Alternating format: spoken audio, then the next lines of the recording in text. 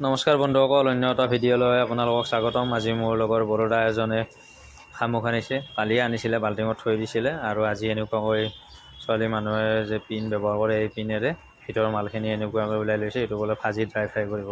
বাৰু যি নহওক, আমি বনালোঁ এটা চিকেন ৰেচিপি। সেইটো আৰু একচুৱেলি দিনটো ব্যস্ততাত থাকি ৰাতি অকণমান ফ্ৰী কৰি ভালকৈ এসাঁজ খাবলৈ মন যায়।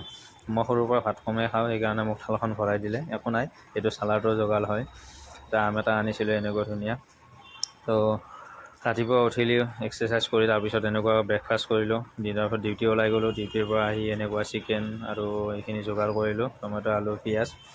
তো কেৰাহীটো উঠাই দিলোঁ, কেৰাহীটো গৰম হ'ল। তাৰপিছত অকণমান পিঁয়াজ চিয়াজ দি থৈ দিলোঁ। একচুৱেলি পুলিচ ব্ৰেকত যিটো ফ্ৰী পোৱা যায়, যিটো আমেজ, সেইটো হয়তো দ্বিতীয় চাকৰিত নাই বুলি ভাবোঁ। আকৌ তেলটো এনেকুৱাকৈ গৰম হোৱাৰ পিছত গোটেইখিনি জলকীয়া, আদা, নহৰু পেষ্ট, পিঁয়াজ এইখিনি দি দিলোঁ। অকণমান পিঁয়াজটো ব্ৰাউন কালাৰ হোৱালৈকে ভাজি থাকিলোঁ। ইয়াত আদা, নহৰু, হালধি, চিকেন মছলা, মিট মছলা, কাশ্মীৰী পাউডাৰ এইখিনি গোটেই দি ল'লোঁ। গোটেই দিয়াৰ পিছত আদা নহৰু পেষ্টখিনি দি দিলোঁ। তাৰপিছত অকণমান সময় লৰাই ইয়াক ব্ৰাউন কালাৰ কৰিলোঁ। তেনেকৈ আমি পুলিচ ব্ৰেকত আৰু এনেকুৱাকৈ এনজয় কৰি চলি থাকোঁ, আৰু উপায় নাই। তাৰপিছত চিকেনখিনি দি দিলোঁ ইয়াতে। চিকেনখিনি দিয়াৰ পিছত 10 মিনিটমান ইয়াকো ভাজিলোঁ। যিহেতু চিকেনৰ এটা পানী থাকে, সেই পানীটো মানে ড্ৰাই ফ্ৰাই হোৱালৈকে তাক ভাজি থাকিলোঁ।